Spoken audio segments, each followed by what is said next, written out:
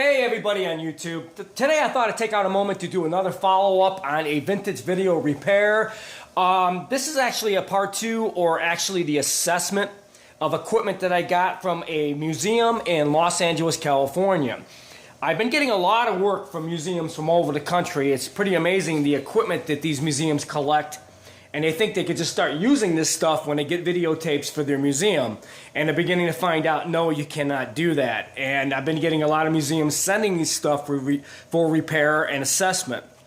All right, today we got on my table a General Electric.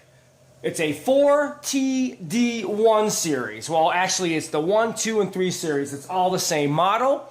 This is a skip field unit. You cannot play standard EIJ tapes on this. This was pre-EIJ, like 1968, 67, 69. Before 1970 hit is when the EIJ format was actually invented. But anyways, this is a skip field unit from the late 60s. And I just wanted to point out a few things on this machine.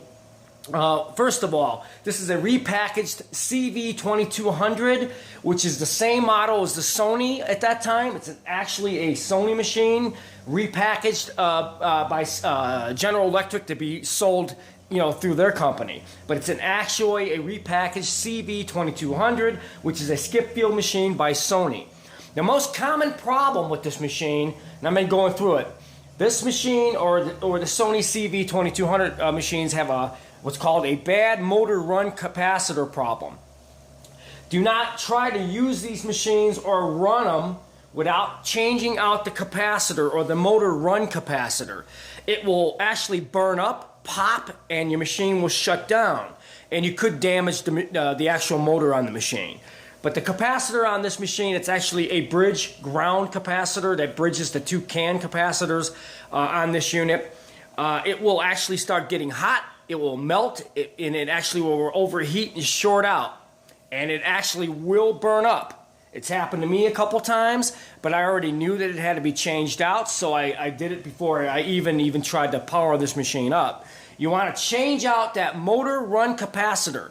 If you have one of these machines, do that first. Make sure you're in the same microfarad of the capacitor. You could be a little bit higher in tolerance, but you need to change out that motor run capacitor. It's a very vital thing, or you will pop that capacitor and you could burn up the motor too. So you definitely want to get those motor run capacitors changed out on these units before you even try to run them. Another situation I run into on this machine, the actual motor itself was burnt out, was actually no good. I mean, I couldn't even get the motor to go in playback position or even rewind or anything. The motor would not work right. It actually just... it looks like the winding is all burnt up on it from actually somebody trying to use this machine whenever they were trying to play the machine. They didn't change out the motor run capacitor, and for some reason it looks like the motor overheated.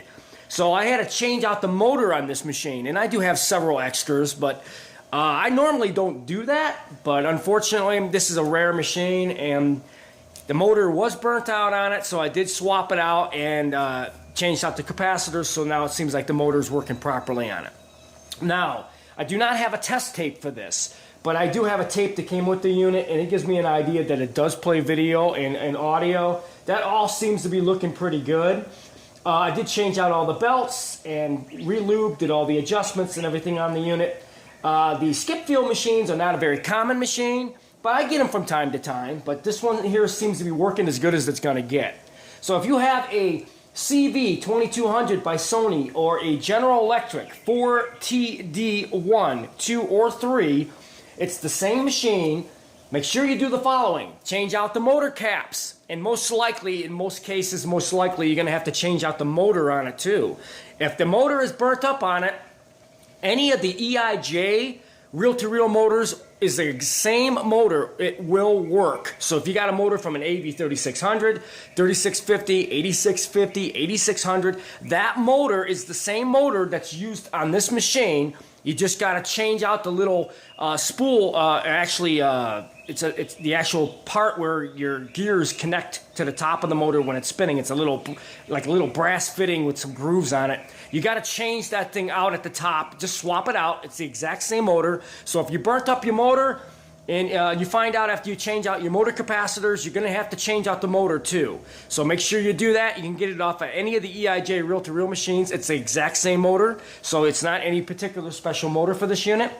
But then again, this is a very problematic machine. It is a skip field machine made by Sony and General Electric, so I'm going through it right now, just checking out what the problems and issues might be. So if you have any questions, please contact me. I hope you guys enjoyed this video.